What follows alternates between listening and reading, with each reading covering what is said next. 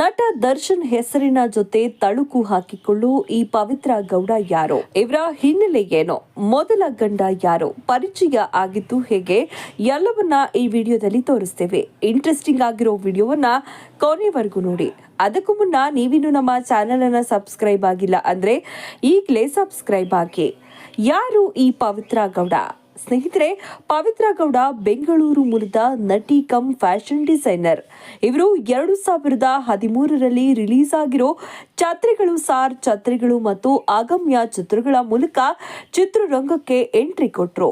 ನಂತರ ಸಾರಾ ಗೋವಿಂದ್ ಅವರ ಪುತ್ರ ಅನೂಪ್ಗೆ ಸಾಗುವ ದಾರಿಯಲ್ಲಿ ಎಂಬ ಚಿತ್ರದಲ್ಲಿ ಜೋಡಿಯಾದ್ರು. ಈ ನಡುವೆ 2016ರಲ್ಲಿ ತಮಿಳು ಚಿತ್ರರಂಗದಿಂದ ಆಫರ್ ಬಂತು. ಅಲ್ಲಿಗೆ ಹೋಗಿ 5432 ಸಿನಿಮಾದಲ್ಲಿ ಕೂಡ ನಟಿಸಿದ್ರು. ಬಳಿಕ ಸ್ಯಾಂಡಲ್ವುಡ್ಗೆ ವಾಪಸ್ ಬಂದು ಪ್ರೀತಿ ಕಿತಾಬು ಸಿನಿಮಾದಲ್ಲಿ ಸಪೋರ್ಟಿಂಗ್ ರೋಲ್ ಅನ್ನ ನಿರ್ವಹಿಸಿದ್ರು. ಆಮೇಲೆ ಬತಾಸ್ ಎಂಬ ಚಿತ್ರವನ್ನ ಒಪ್ಪಿಕೊಂಡ್ರು.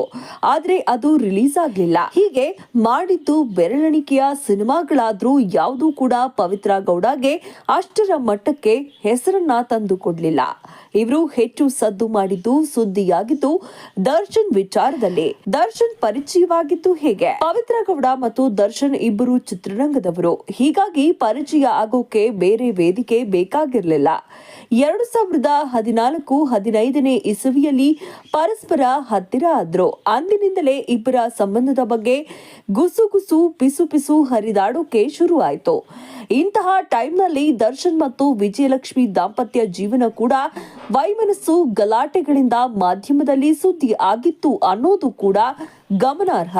2017ರಲ್ಲಿ ತಮ್ಮ ಫೇಸ್ಬುಕ್ ಹಾಗೂ ಟ್ವಿಟರ್ನ ಪ್ರೊಫೈಲ್ ಫೋಟೋ ಚೇಂಜ್ ಮಾಡಿ ತಾವು ಮತ್ತು ದರ್ಶನ್ ಒಟ್ಟಿಗೆ ಇರೋ ಫೋಟೋವನ್ನ ಹಾಕಿದ್ರು. ಇದರಿಂದ ದರ್ಶನ್ ಅಭಿಮಾನಿಗಳಿಗೆ ಭಾರಿ ಆಕ್ರೋಶ ಕೇಳಿ ಬಂದಿದೆ. 2017ರಲ್ಲಿ ಪವಿತ್ರ ಗೌಡ ವಿರುದ್ಧ ಆಕ್ರೋಶ. ಇತ್ತ ಪವಿತ್ರ ಗೌಡ 2017ರಲ್ಲಿ ತಮ್ಮ ಫೇಸ್ಬುಕ್ ಹಾಗೂ ಟ್ವಿಟರ್ನ ಪ್ರೊಫೈಲ್ ಫೋಟೋ ಚೇಂಜ್ ಮಾಡಿ ತಾವು ಮತ್ತು ದರ್ಶನ್ ಒಟ್ಟಿಗೆ ಇರೋ ಫೋಟೋ ಹಾಕಿದ್ರು. ಇದಕ್ಕೆ ದರ್ಶನ್ ಅಭಿಮಾನಿಗಳಿಂದ ಭಾರಿ ಆಕ್ರೋಶ ಕೇಳಿ ಬಂತು. ಕೊನೆಗೆ ಆ ಫೋಟೋವನ್ನ ಪವಿತ್ರ ಗೌಡ ತೆಗಿಬೇಕಾಯ್ತು. 2022ರಲ್ಲಿ ಸ್ವಂತ ಬಿಸ್ನೆಸ್ಗೆ ಎಂಟ್ರಿ. ಸಿನಿಮಾ ಇಂಡಸ್ಟ್ರಿಯಲ್ಲಿ ಯಶಸ್ಸು ಕಾಣದ Pavithra Gowda 2022ರಲ್ಲಿ red carpet studio ಎಂಬ ಫ್ಯಾಷನ್ ಡಿಸೈನರ್ ಸ್ಟುಡಿಯೋವನ್ನ ಓಪನ್ ಮಾಡಿದ್ರು. ಬೆಂಗಳೂರಿನ ರಾಜರಾಜೇಶ್ವರಿ ನಗರದಲ್ಲಿ ಈ ಸ್ಟುಡಿಯೋ ಇದೆ. ನಟಿಯರಿಗೆ ವೆಡ್ಡಿಂಗ್ ಮತ್ತು ಸಭೆ ಸಮಾರಂಭಗಳಿಗೆ ಸ್ಯಾರಿ ಮತ್ತು ಡ್ರೆಸ್ಗಳನ್ನ ಡಿಸೈನ್ ಮಾಡಿ ಕೊಡೋದು ಇವರ ಕೆಲಸ. ಏನು ಪವಿತ್ರ ಬಗ್ಗೆ ವಿಜಯಲಕ್ಷ್ಮಿ ಹೇಳಿದ್ದೇನು? ಸ್ನೇಹಿತರೆ, ಪವಿತ್ರ ಗೌಡ ತಾವು ದರ್ಶನ್ ಜೊತೆ ಇರೋ ಫೋಟೋಗಳನ್ನ ಶೇರ್ ಮಾಡ್ಕೊಂಡ್ರೆ ಅಥವಾ ಇಬ್ಬರ ಕುರಿತು ಸೋಷಿಯಲ್ ಮೀಡಿಯಾದಲ್ಲಿ ಏನಾದ್ರೂ ಬರ್ಕೊಂಡ್ರೆ ಅಥವಾ ಇವರಿಬ್ಬರ ಜೊತೆಗಿರೋ ಫೋಟೋಗಳನ್ನ ಬೇರೆಯವರು ಹಾಕಿದ್ರು ಕೂಡ ವಿಜಯಲಕ್ಷ್ಮಿ ಸಿಟ್ಟಿಗೆದ್ದ ಹಲವು ಪ್ರಸಂಗಗಳು ನಡೆದಿವೆ.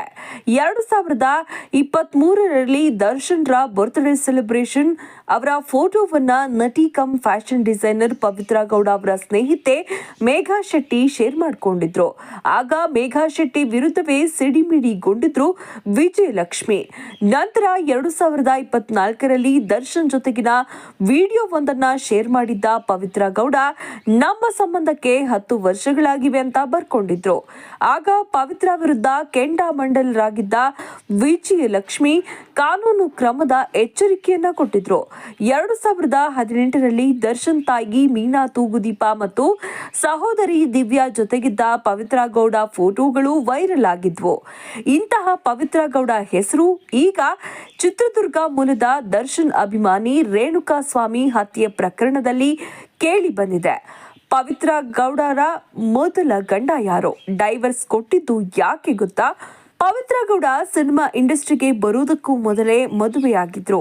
ಇವರ ಮೊದಲ ಗಂಡನ ಹೆಸರು ಸಂಜಯ್ ಸಿಂಗ್. ಇಂತಹ ಸಂಜಯ್ ಸಿಂಗ್ ಬೆಂಗಳೂರಿನ ಚಾಮರಾಜಪೇಟೆಯಲ್ಲಿ ಗಿರಾಣಿ ಅಂಗಡಿಯನ್ನ ಇಟ್ಕೊಂಡಿದ್ರು.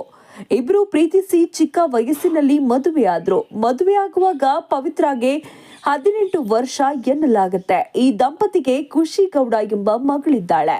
ಆದ್ರೆ ಪವಿತ್ರ ಮತ್ತು ಸಂಜಯ್ ದಾಂಪತ್ಯ ಹೆಚ್ಚು ದಿನ ಉಳಿಲಿಲ್ಲ. ವಿರಸ ಮೂಡಿದ ಹಿನ್ನೆಲೆ ಇಬ್ರು ಪರಸ್ಪರ ದೂರ ಆದ್ರು. ಡೈವರ್ಸ್ ಪಡೆದ್ರು.